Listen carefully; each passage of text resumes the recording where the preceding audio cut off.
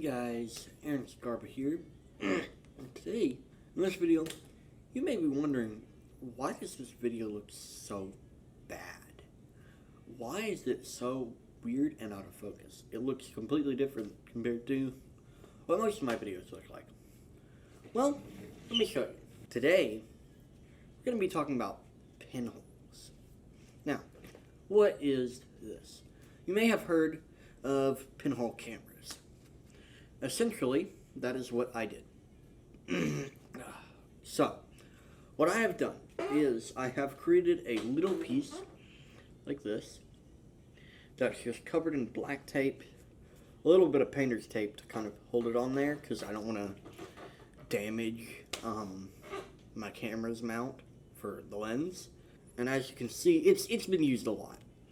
And so basically, what I have done is I've gotten a little tack like this, punctured a little hole, and then slapped it onto my camera. That's why it looks like this. Now, I would definitely say this is way better for photos. In particular, I really like to have liminal space photos with this because it's just kind of perfect with out of focus. So when it comes to photos with this, it's a little more tricky. Video is somewhat simple,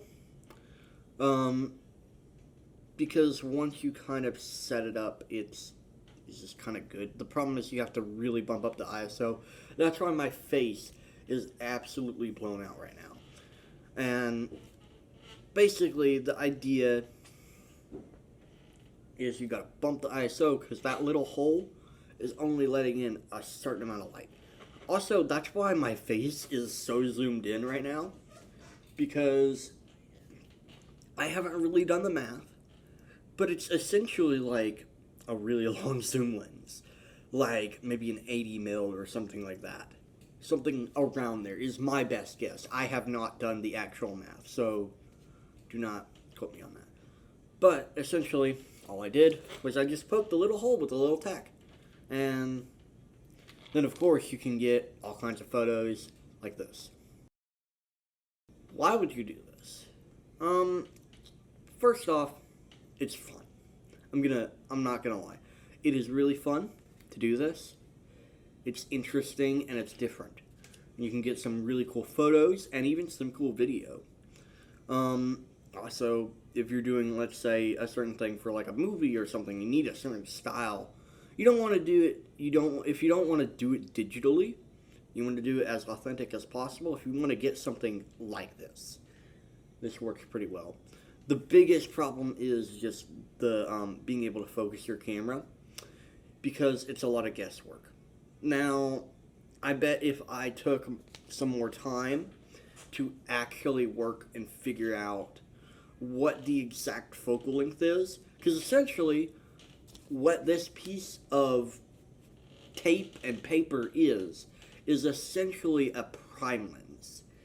And it has this little tiny aperture, and it only has one set aperture. Most lenses, as you know, have an aperture that you can adjust, and you can let in a certain amount of light, and that allows it to focus more or focus less. But essentially, you are working with one set thing. The only things you can really control are your f-stop, and the only things you can really control are your shutter speed and your ISO, especially for photos. With photos, it's preferred to do it on a brighter day.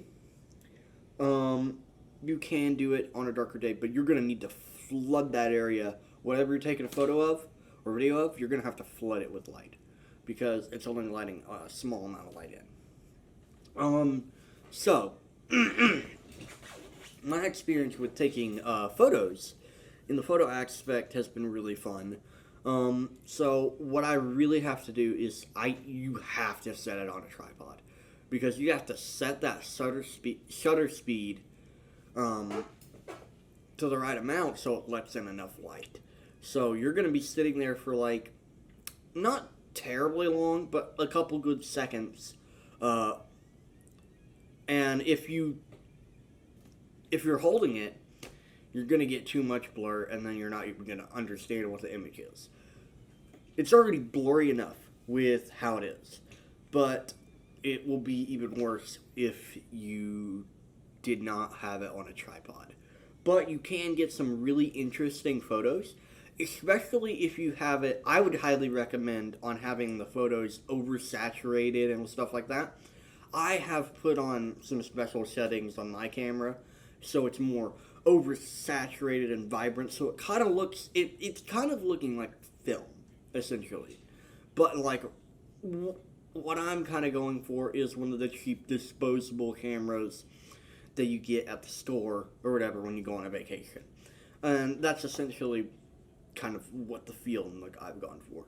Now, you can also experiment with this, which I highly recommend.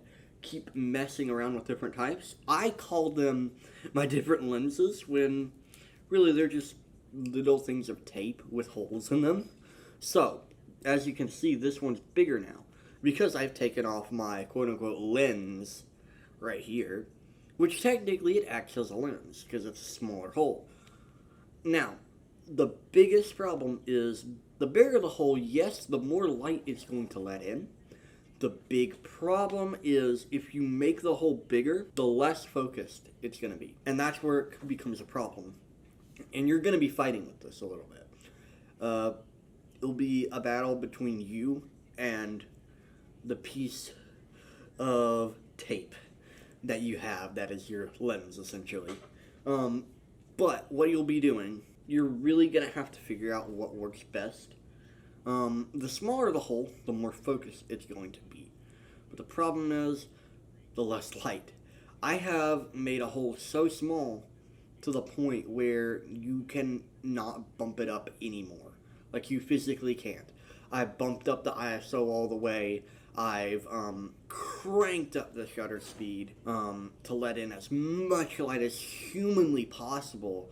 And even then, if you get a small enough hole, it will not work. And it's just once you get to that point, unless you can figure out how to flood that area with light, which we do have 2 Amaran lights at the studio here that I could potentially flood an area, but I personally like to take outdoor photos with this little pinhole camera, and it's pretty easy, and it doesn't really damage it unless you start throwing stuff into your lens, into your opening for your camera without a lens. So I would definitely be careful when making this so you don't damage anything, but it should be fine. It should be fine. All I did was literally just get a piece of paper, puncture a hole through this tape. Make sure it's black because you don't want light coming through and ruining your photo unless you want light leaks on purpose.